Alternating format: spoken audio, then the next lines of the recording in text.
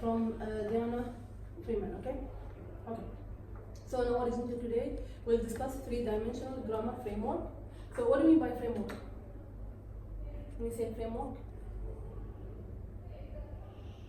Is there a plan or outline? Yes, it's like, you draw the ideas, yeah? Okay. And then we'll have what observation about what learning grammar is, okay? So, three-dimensional grammar framework. If you see that framework, okay, it is what has three dimensions. What do you mean by three dimensions? The points, yeah? We will discuss the areas or points or whatever, okay? Okay. So the dimensions we will discuss is how it is formed as a grammar, okay? The form, the structure, and then what does it mean, the meaning and semantic, and also when and why it's used, the use and pragmatics. Have you taken some courses like semantics, pragmatics, all these courses? Not really.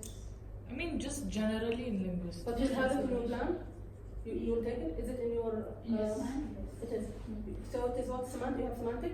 Yeah, there's semantic. Pragmatics? No, yeah? I I don't think so. Just phonology. Usually, yeah, they don't. Okay. And the structure is part of it, yeah? It's kind of. Okay. So, in this dimension, we have to think about what? The meaning. Yeah, the means, it means what? Semantic, yeah? Also, the form is what? Pragmatic. The structure, okay, and What is used? how you use the what? The pragmatics. So that's when you teach the grammar, you have to think about how you teach all this, okay, together. Okay. So what are the advantages of that framework, okay? So here it makes the teacher understand the scope and the multi-dimension of the structure. It helps teacher to identify the challenges, okay. For example, now you will teach a course, okay? So you will think about, okay, will you teach a course regarding the structure only? You will focus, or maybe the scope or the focus only on the pragmatics, the use, or maybe what in the meanings, okay? So it depends on your focus. For example, this course is what we call it pedagogical structure, yeah? So it's the focus on what? On the structure. The grammar, yeah? The structure, yeah? And how we will teach it, okay? As you said, you will have other courses related to the pragmatics, so the focus that in what? The pragmatics, okay? So that as a teacher, you have to think, what will you teach your teacher, your like students in future, okay? And identify challenges. So what do you think can be like any challenges when you teach the grammar in general? What can be? A challenge might be Yeah. the students, maybe they don't have the same knowledge. So so we Okay. have to, when we teach, we have to know each and every student's what is their level of. Yeah, so maybe you will have some tutorial for the others, yeah? You will do like, differentiation. Do you know what I mean differentiation? When you differentiate the teaching method and the materials and all that, what does it mean? And they use different kind of methods depending on the students. Or materials, or it depends, yeah? On the level of the students, okay? So that's can be what a challenge when you teach what? Exactly the grammar. And sometimes can be like, teaching grammar can be boring, yeah? So how you can, motivate your student to learn the grammar, okay? Using different type of teaching method for grammar. Last class we discussed it. Do you remember? Like we discussed 3 types. What are they?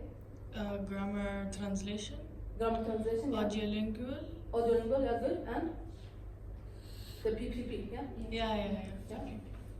The presentation, practice, and the, yeah, okay, good. Okay, so here we'll have like example, okay? So for example, the simple present tense, okay? So you have to think about the form, the meaning, and the use, okay? So the activities, for example, you have to think about, activity 1, the form, the meaning, what they're using, okay? So task 1, suppose that a teacher had shown his or her students the contents of the table below. Decide if her or his intention is to present them with A, the meaning of the present continuous tense, B, the form of the present continuous tense, C, a series of meaningful sentences, okay? So you have those sentences. For example, I'm sitting, you are sitting, okay? He, she, it, sitting. We are sitting, you are sitting, okay? They are sitting, okay? So you have to think about how she will teach what? This form, yeah? Or maybe activity 2, grammar presentation steps. For example, step 1, he or she mimics certain actions and ask the class to tell her or him what is she or he is doing. Choosing sentence among those in column A from the table. Step 2, she or he hands individual or pairs of pupils, okay, and the class pieces of paper with instruction written on them, telling him or her to mime the actions, and ask the class to choose among those in column B the sentences that best describe what the pupils are doing, okay? And then you have the step 4 and all that, okay? So you have here what the table, okay? Can you check? And then you have other table, okay? You do it as true and false. You see here the tables, okay? You check here the tables, okay? So the second one is like you do true or false. The first one you have the columns, okay?